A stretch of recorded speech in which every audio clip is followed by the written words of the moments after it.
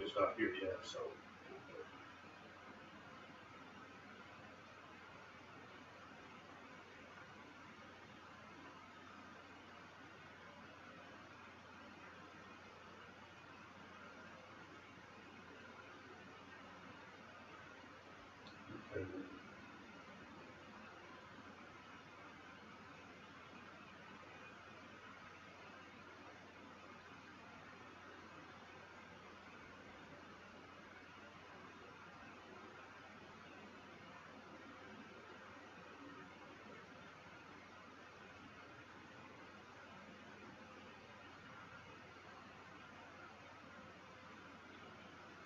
Roger, Tuesday? Yeah, Southern here we Porches? are, live at Southern Porches.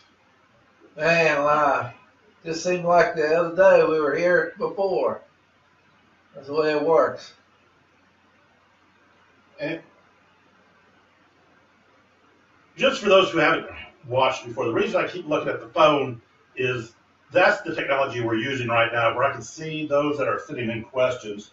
So I really do listen and just what they call multitasking, which isn't always the best thing to do, but when that's all you got. That's good though, boy. I'm glad you're the technical one, huh?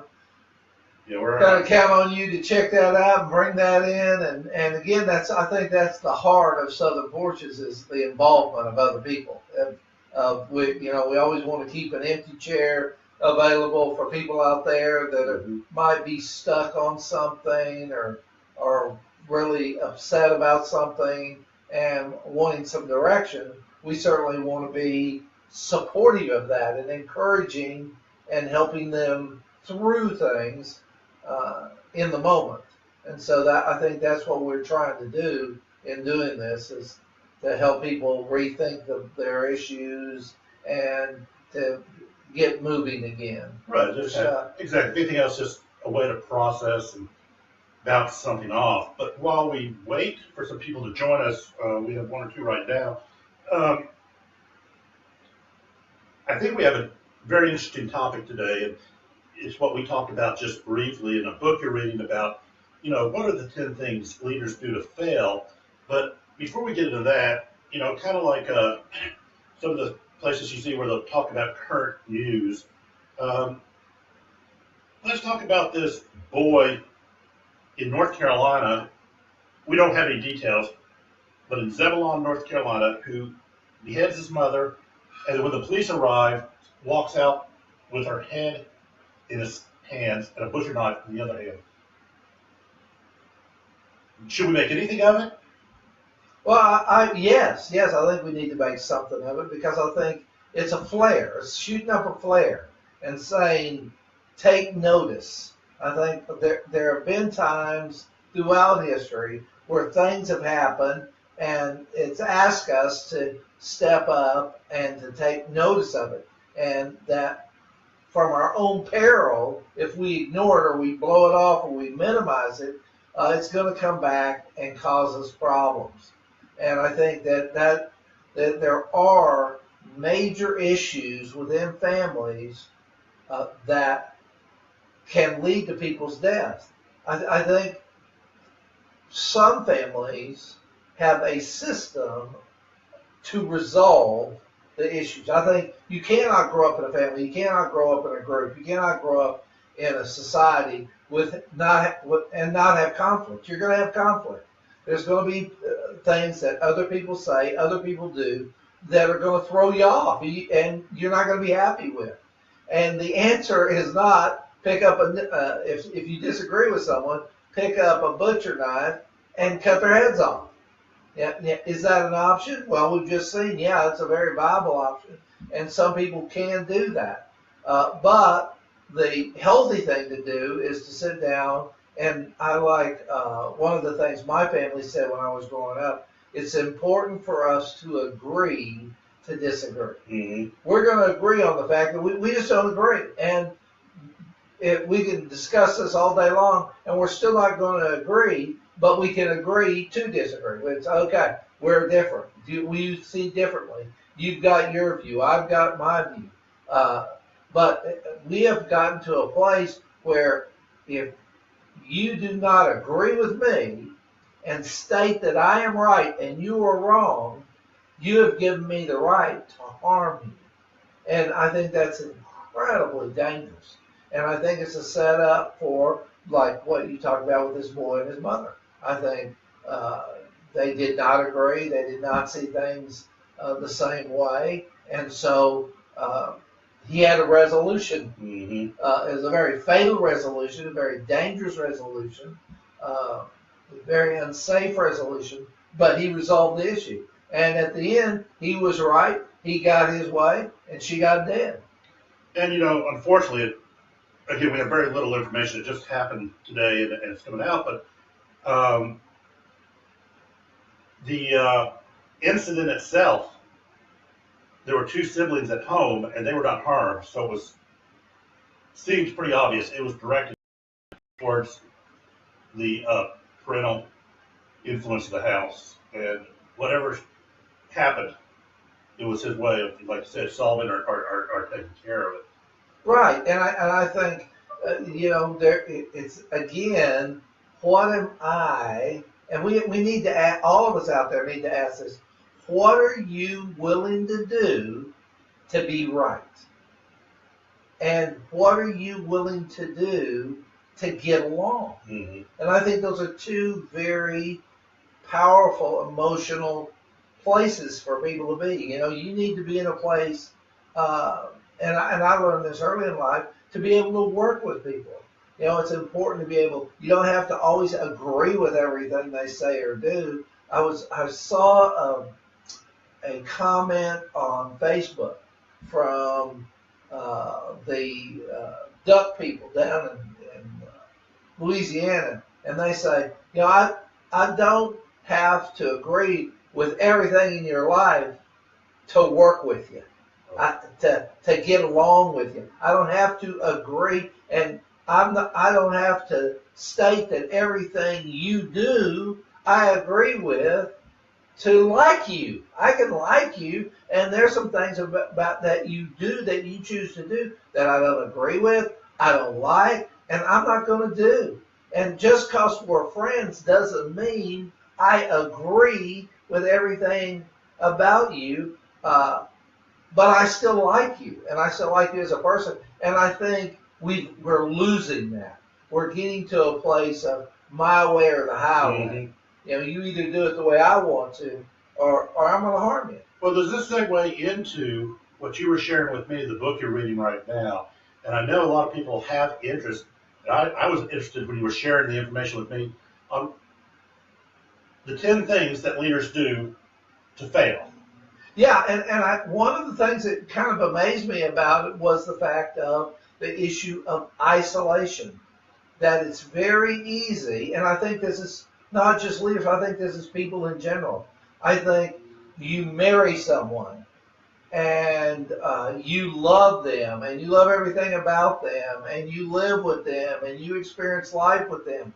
But suddenly, little by little, it becomes a routine. It becomes boring. It becomes repetitious. And that changes the way you deal with it, and you deal with life and the decisions you make. And so in a need of our society to continue to live on the edge, leaders, spouses, people make very dangerous decisions. And when you pull them away and say, don't you think that's kind of a dumb idea? Don't you think if you go out of your marriage, that's going to cause problems? Don't you think if you do something wrong with money, that's going to cause a problem? They right up front, Rick, will say, that's a bad idea. I wouldn't do that. But they end up doing it.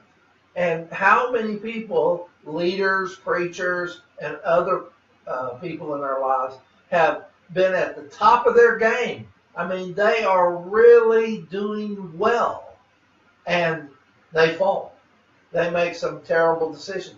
I can remember when I went to seminary that there was a very, very successful preacher. And he, in the middle of having this great career in preaching, got involved in an affair that the counselor who was a member of his staff found out about, and it toppled his entire structure, his entire administration, and all that he had worked for, went down the drain in a second. And he said, I don't know what I was thinking. And it's that kind of thing that happens. I don't think people 20 years before go, well, I think I'm going to have an affair. I think I'm going to do something inappropriate, maybe illegal. I don't think that's the way it works. I think they little by little by little by little get into routine, get bored, get into the common everyday grind of life, and they don't say why, but why not? And when they do that, wow. And you see people that I remember someone saying a while back, you were raised better than that. They were raised, but they know. It's not like they don't know. It's not like, oh, I slipped up and got into an affair. No, they didn't slip up. They dulled up and got into an affair. Yeah. They dulled up and made some really critical decisions. And so one of the things I loved in this book was that they were talking about the power of friendship, the need for everybody throughout life to have a handful of friends who told them, that's stupid, that's ignorant, stop doing that stuff. And that having that, all the great leaders that continue to be great leaders all had an inner circle of friends. And they weren't necessarily in the same business as this leader was. They were just good friends. They went someplace and had a cup of coffee and talked. But if you don't have somebody that you can go have a cup of coffee with and be honest with, and to say, oh, this is draining me, or I'm dulled, or oh, I'm getting tired of this, and them say, wake up, get some. Then you're putting all the effort you're putting in at risk, and that's what's real sad about it. Well, also the friends are there to set you straight if you're going off the path, but they're also there to be encouragers, to be supporters, to like I said, to counsel, and maybe share ideas. And again, like I said, they don't have to be in the same industry. In fact, friendship among men is usually driven around business and talk and what we do, when in fact, friendships can be bonded stronger if men would allow themselves other opportunities and other things to discuss besides just business. But talk the concept of life. Yeah, and I tell you, what happens is as people become bigger and bigger leaders, what they do unknowingly is surround themselves with yes men and women, people that agree with them, people that support them, people that won't challenge them. And I think there is the difference between a leader that's for the moment and a leader that can last a lifetime. It's because the leaders that can last a lifetime have people that can continue to offer perspective. And again, they're not yes people, they're honest people. They're what true friends are. And you and I talked even before the show, and we said, think about when we were 10, 11, 12. And the people we ran with, they were brutally honest. If you did something dumb, they were the first to tell you that, or you were thinking of. They kept you a lot of times out of major trouble because they was like, oh, I just don't know the way I do that, and you've been raised better than that, and I just don't think this is kind of your background. And having that perspective is very powerful. And I said one of the bad things is as we grow older, we lose that. We let that go. We don't put much importance on that. And so a lot of times when you ask people in high school how many friends you have, I got 20 friends, 20 people I can talk to. You talk to someone 50 and you say, how many friends can you talk to? Well, nobody. Who do you have around you that isn't an agreeable person? Nobody. Wow. And so what happens is continuing to have those people around them, and yes, it does get you in a place of bigger and better leadership, but it also puts you at risk, which can be very, very dangerous. You see something up through electronics? No, I'm just trying to look at one thing, but it did come through. Okay. And what? Okay, so I guess the question is, why do we get to that point? Why? And you're right. I do remember the friends I had in high school and the numbers. Now, I do know there's a lot of that had to do with, of course, commonality and similarity. Unfortunately, at our age, we don't have the opportunity to go join football teams or track teams or, and do things. It's done for you, and as you get older, you have to do it for yourself. You have to set that up. And there's where we have a choice to be involved, but that takes effort. And on some level, it's not comfortable initially. Mm-hmm. And so people have to take a step out of their comfort zone and choose to become involved. There's nobody at the front of the church with a gun saying, come in and be part of the group. Right. You've got to go in and be part, and not only be part, but continue to be a part, right. And continue to be a part. And it's hard to do. It's easier to just kind of hang, and when you're young, every Monday you wake up and you go to school, and you go to the sports, and that's how you live your life. So you read, of course, routine, and where routine may have gotten somebody to a place of success, what you read is that routine is also a driver for failure. The isolation. Yeah, you get bored. I mean, it's the same old. When you first do it, Rick, it's new. It's new. And I can remember with therapy. I can remember first doing therapy. Woo, therapy, and just couldn't wait to do therapy. But when you're doing it every day, hour after hour, then at some point it's like, whoo-wee, man. Or when the reality of life comes in and you're a new therapist and you can take care of everyone and solve everyone's problems. and then the reality hits that, no, you're not. Well, I love my professor in school who said, people get in the therapy business to cure everybody. Mm-hmm. They stay in the therapy business curing who they can. And it's that adjustment that separates the good ones from the not good ones. That you've got to be in a place of looking at something and saying, this isn't going to work. We're not, and I've said over and over to people, not everybody likes me. Mm-hmm. And I think that was a wake-up call, because I think when I first started doing therapy, everybody loves me. I do great therapy. And also, this was a real wake-up call for me.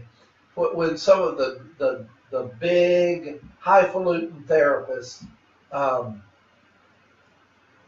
were working with people, and their cure rate was just incredible. So they saw 10 people, and 9 out of 10 people they made a major change in. And I was like, wow, this person really must have the touch, until I realized when I looked at the research around it that you had to go through 3 or 4 other therapists that they had that were gatekeepers, and they kept moving around so that by the time a client got to the main woman or man, they already knew that this was going to be a good combo, a good connection. Right. These were someone that was going to work. What problem they had, that therapist knew how to work with that one problem, and they had gotten that person to a level of, I'm really willing to do something. And the average therapist doesn't. They don't know always who's going to come in, what the issues are going to be. Sometimes they connect, sometimes they don't connect. And, we would love, and you and I've talked about this before, wouldn't we love a client to come in and us say, well, I think you need to do A, and then go out and do A. What happens is you say do A, they go to their car, by the time they make their car, they blow it off. That's not happening. And one of the things I can remember is seeing a couple one time, and the man was having an affair. And so I asked the wife if I could talk to her husband by ourselves, just us, him and me. And I talked to him and I said, okay, we can't move forward if you won't give up your girlfriend. That's the first step. If you won't give her up, then it doesn't matter what we do. Because you might agree with everything I'm saying, but the minute you go see her and kiss her one time, everything I've said will be wiped clean. It won't mean anything. And the power she had with a romantic edge was far greater than I had with a therapeutic edge. And he walked out and he couldn't make that choice, and the marriage failed because of it. I'm not giving that up. And he had his reasons. Oh, this reason, that reason, that. I said, you can have wonderful reasons, but you can't keep the reasons and save your marriage at the same time. But aren't we as human beings great at creating justifications for things we do wrong, but we always have the reason we do it. And affairs are one of the things, well, if she would only have done this, or he only would have done that. No, you made the choice, instead of communicating with each other and trying to work on it. And I think we go through life sometimes coming up with the justifications as to knowing we're doing wrong, but I'm doing wrong because, and then when we really get faced with it, we know that justification is not relevant to the curing or the solving of the issues that are involved in it. No doubt about that. And one of the things I see as a shift, Rick, is that if a person or people come in and they are maintaining their role as a spouse, then the marriage has a shot. Mm-hmm. The marriage has a shot. But so much of the time I have people come in and one or both people have changed from being a spouse to being a lawyer, mm-hmm. to being an attorney, mm-hmm. And they are going to win their case. They're going to justify their case. It's not about what's right or wrong. It's how they present it to be right or wrong. Yep. And so they coming in and they're trying to convince me. I'm like the jury as a therapist. Let me tell you why it's a smart move that I like this person. And let me tell you why it's a smart move that I need to get out of this marriage. And even though you say in session, this is a bad move, this is going to cost you, you're going to regret this, your kids are going to regret this, by the time they make the door, everything you've said to them, they've blown off. They don't care. They're being a lawyer. They're going to win their case. They've built their case, and it's already built up by the time they come in. And so at that point, it's too late. Mm-hmm. So I'm always looking, who do I have in my office? Do I have a set of spouses or do I have a set of lawyers? If I have a set of lawyers, then we're not going anywhere. If I have a set of spouses, then we can make some adjustments. We can let go of some things that are going to kill this relationship. And I think there's where the water hits the wheel on that one. So as we now go back to the leadership side, the routine, the isolation is part of this concept of relationships. And what we mean by relationships in leadership is having the opportunity to work with a lot of employees. The ones that truly are appreciative of the leadership of their organizations are the leaderships that do build relationships with the employees. The employers and leaders who know their employees by name, know their families by name, who know what's going on in their lives, who are there for them. And the leadership that isolates themselves in the glass towers are the ones that, again, are setting themselves up for failure because they're not building relationship with the employees. Plant managers who walk around on the plant floor and talk to their employees usually really see a much more success rate in that operation versus the plant manager who stays isolated, as we talked about, in the office or does not. And that's what relationship is all about. It's just getting to know someone. And we're back to the Dale Carnegie, what we talked about last week. People's most interesting subject is themselves. No doubt about it. And those leaders who are willing to go out and connect, and it can be any type of leadership. It can be leadership in a nonprofit. It can be leadership in a club. But those who are building the relationships. And you look in our community, we have a great community here with great leaders, and I can guarantee you, everyone that's made a leadership role in this community has made relationships within the community and is involved with people in their lives. Right, and I think that the greatest organization is the family. Mm-hmm. When people get into this is what mama does, and this is what daddy does, and this is what the kids do, I think down the road it's disaster. Their families break up, they have problems, they have all this going. But when I hear that we're a family, we do things, we're involved, and I like my daughter-in-law who goes out, and my daughter who when they go to soccer practice, they take the whole family. Mm-hmm. Everybody goes out there. Well, I'm not playing. Doesn't matter.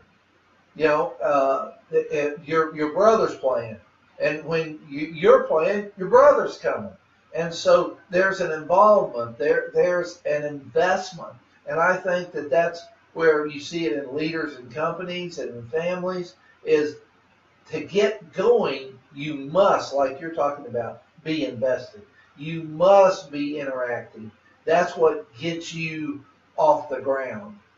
But what happens is you get off the ground and you start gliding. You start just doing the routine, and you're going through the motions, and you're not involved anymore. You're just, using the process, and because that's easier. Mm-hmm. But in the easiness of it, it gets to become routine, it becomes boring, and you inevitably will make mistakes like that.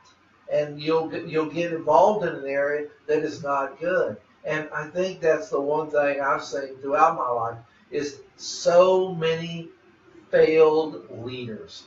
So many people who went out and got into a role of leadership but did not maintain it. The things they did, even a good family man or a good family couple, they didn't maintain it. The first year or the first 3 years, they were really rocking. They were really involved. But then they got in a routine, and down the road, they hate each other. They don't feel like they understand each other, and infidelity happens, and things go way off the track then. So if we're going to talk to somebody who is in a role of leadership and is connecting with this idea, and it could be leadership of a family, a leadership of a business, a leadership of a community organization, any leadership role, and they're saying, I can understand or connect with this, how does someone like this realize they're in a routine, and what do they need to do to break routine and re-energize themselves? Number one thing, friendships. If you don't have them, make them. If you're not connected, get connected. If you don't know a number of people, get to know a number of people. If you're finding yourself surrounded by yes people and living in a comfort zone of yes people, go out and find people who have an opinion, who have a different way of life, a different way of saying things, a different perspective. And that's the one thing you see in people in higher office. They do not surround themselves with yes people. They surround themselves with honest people, with friendships, with people that know what's going, that they can, like I said, can sit down and have a cup of coffee with. If you do not have someone in your life that you can sit down and have a cup of coffee with and look over and say, I think I'm screwing up, or this is what I'm thinking, and that you can't be honest with, I'm saying right up front in this program, you're at risk. You're at great risk of losing everything that you've done. And I think people act like they can get out of a business, I'll be okay. I can get out of a marriage, I'll be okay. I can get out of a relationship, I'll be okay. And that is a lie, Rick. That's a lie. You're going to pay greatly. And for some people, you're going to pay for the rest of your life. Mm-hmm. I know people that haven't been married to someone for 20, 30 years, but they still having to mess with them, still having to deal with them financially and emotionally. Yeah. And it's just, they just continue to be whipped with it. And it's like, oh, I'm asking them to think ahead of time, to plan ahead of time. And by doing that, it may change the dynamics down the road. Those that enjoy history, I think one of the best examples of that, if you go back to the Cuban Missile Crisis and John Kennedy, one of his strengths was he did surround himself with people who he made it clear he wanted to know exactly what their thoughts were, even if it was contrary to what he was thinking. And of course, there were a lot of hawks that were giving him advice during the Missile Crisis, and could have very well have led us into World War III and the annihilation of both the Soviet Union and the United States. But if you look at the history of what he did, he also had people that he trusted and would share the, of course, his brother Robert, but there were others in the administration who were not hawkish. Mm-hmm. And as a leader, he'd hear everything, but he made it very clear he was making the final decision. Yeah, I love that, what you're saying there, Rick. He was willing to listen to a contrary idea. And I'm saying that is a marriage saver. Mm-hmm. That is a country saver. That can make such a difference. If you can keep an ear and be civil with a contrary point of view. Mm-hmm. Obviously, that's what Kennedy did. What a difference. And I think when you listen and look through history of many of the great people that operated, they had a contrary view in their ear. They had people around them that didn't always agree. And I think great things happen because of that. Yeah. Because I think it's easy, and that's one of the things we're talking about, is to fall into a routine. I cannot help but remember the movie Dead Poets Society with Robert Williams, where he had the boys go out into a patio and walk around in a circle. And given time, that they were all walking the same way. And he pointed out, this is what happens to people. You get around, and before you know it, you're in sync. It forces you to go in line. And it's hard to walk out of step. It's hard to get out of the circle. But great leaders are people who do that. Great marriages are people who do that. Great businesses are people who do that. And I'm not trying to in any way tell people that's easy. It is not. It is very hard. But what I am trying to tell people is that the payoff is huge. Right. And that they are going to be happy by, dealing with this up front and acquiring and working on and learning the skill to agree to disagree. I think that is a powerful piece in healthy personalities. And as far as friendships, I know you have well over 1,000 friends on Facebook. I have over 500. Is this the friendships you're talking about? Are these friendships that we... No. I'm talking about to go get a cup of coffee. Oh, you can actually sit down and talk to someone. Yeah, and right. And look at them eye to eye and be there in person with them. And Nothing's more superficial than to hit like on Facebook. Oh boy, you're my friend, and I like this, and I don't like this, and you can sit and one of the great things with Facebook is the ability to ignore. I think that we would be amazed at how many people ignore the post of other people. That they say they're friends, but they're saying, yeah, I don't agree with that, I don't like this, I don't go with this. And that's hard to do over a cup of coffee, face to face. That is not easy to do. So friendship is built upon using all five of our God-given senses. Amen. To connect. What a concept. Right, and the ability to be uncomfortable. I think it is not always comfortable to sit down with someone that you don't agree with. Mm-hmm. I think that is a real gift, a real skill, to sit and listen to people and think, I don't agree with this, but I'm going to listen to it. I don't go along with this, but I'm going to be a part of it. I think that makes for better people. And I think that's what leaders do. What I'm saying is the first 3 to 5 years of leadership, that's what they're doing. When they're going out and getting a business off the ground, they realize this is a skill I must have. This is a skill I must exhibit. And what they do is once they get there, there's a huge influence to get into routine, to go along, to surround yourself with yes people. I know how to run this company. I'm going to have people around me that will say, yes, I'll do leadership. I'll make it successful. And they don't realize now they're on the path of when something comes along that might be detrimental, they have no one around them that's going to shoot a flare and say, whoa, I don't know about this. I was trying to think of who they were talking about where that when this leader hired someone for their company, his wife had to approve it.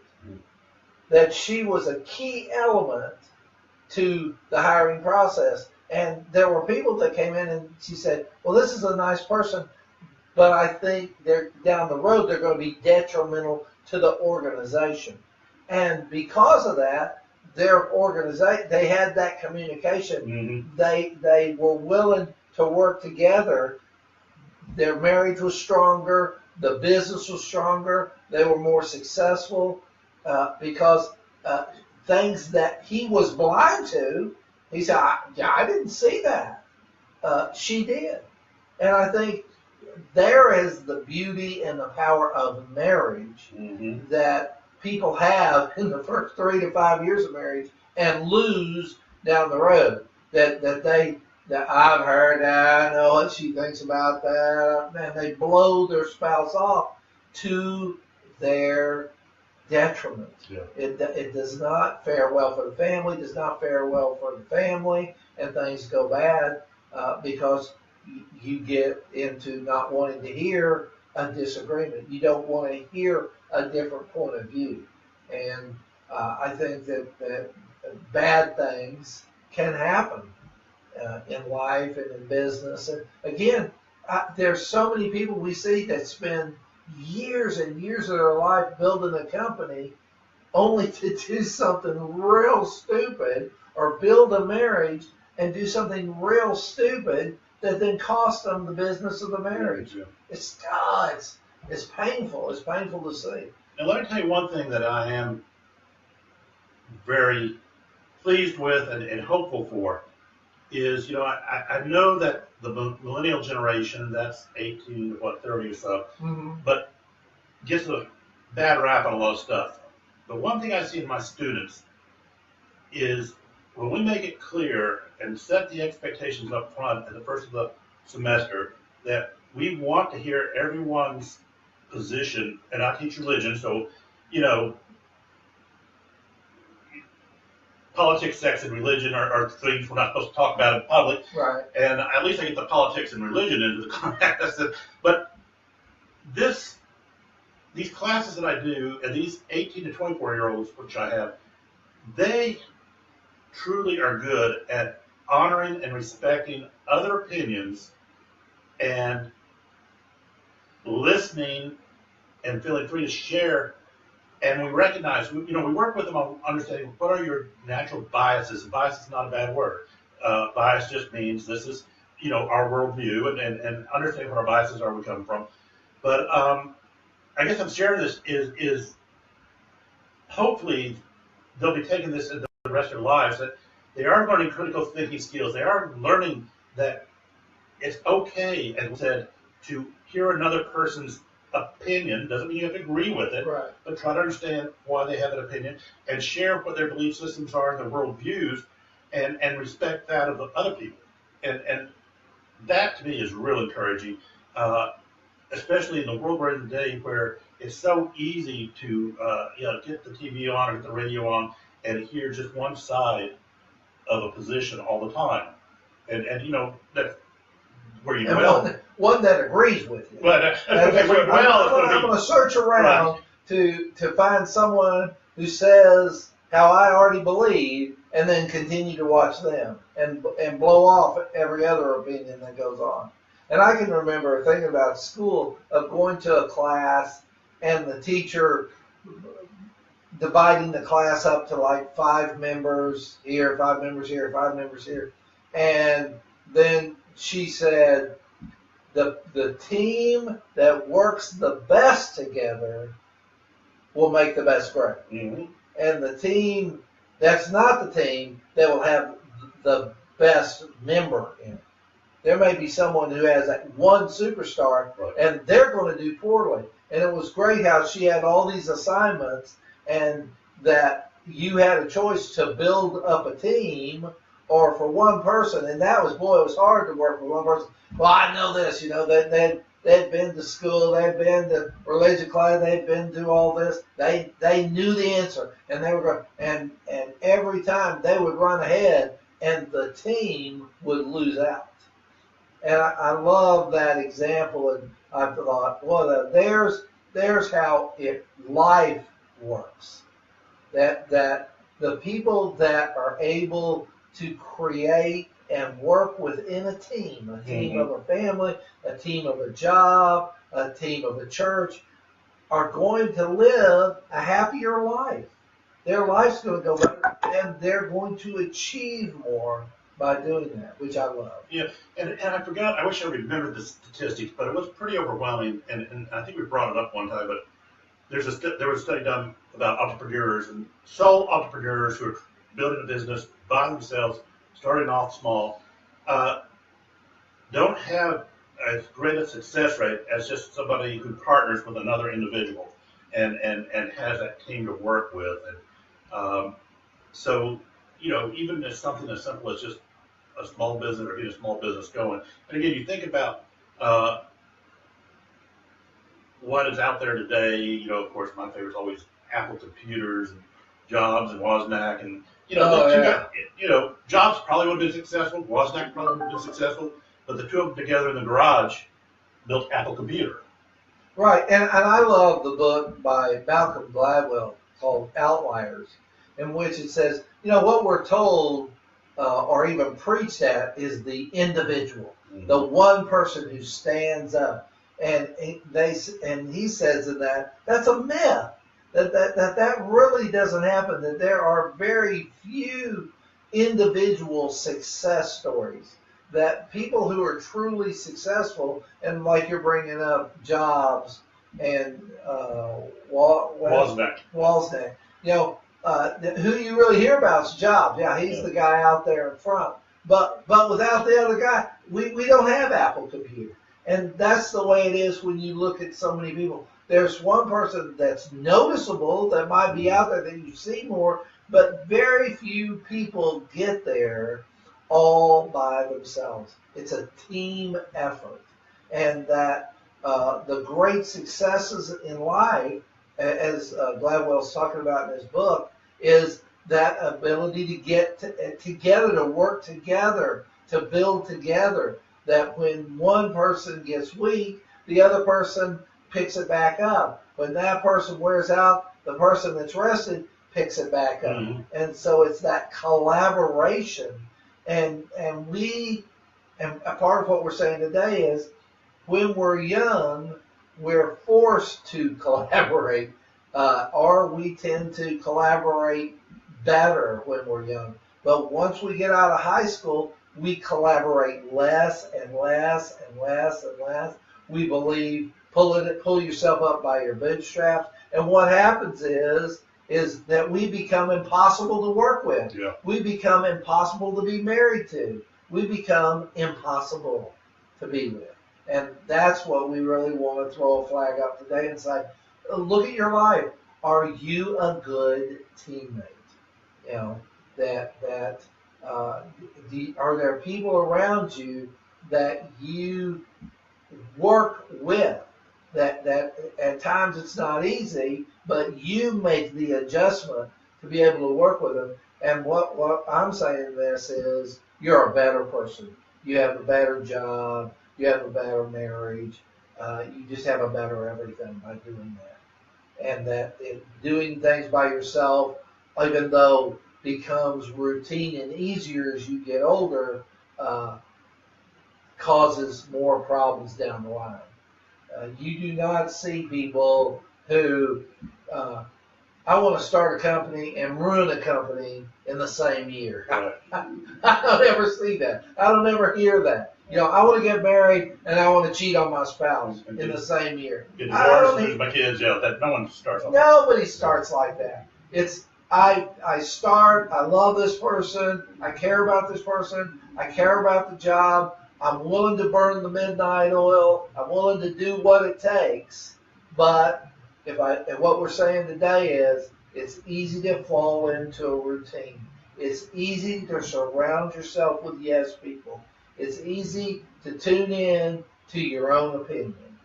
And what we're saying that if you do that, and it's easier when the coffee invitation is made, not to accept it and not to go.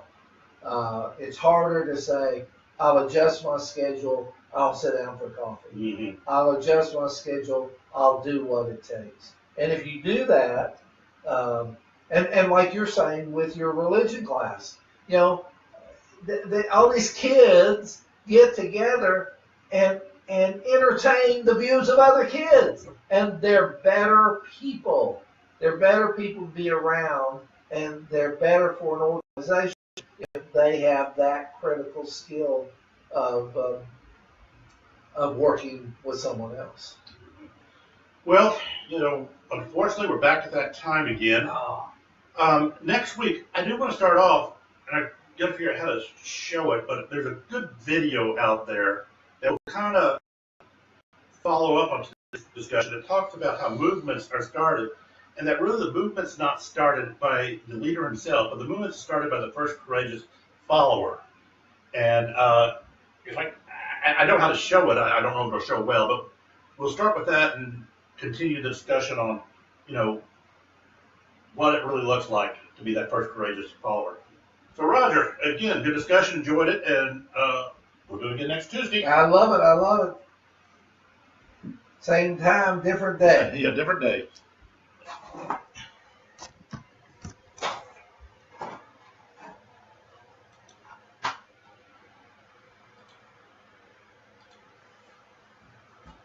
It seems like when we start, it's like, oh, there's no way we're going to go through this. Then you go, fuck.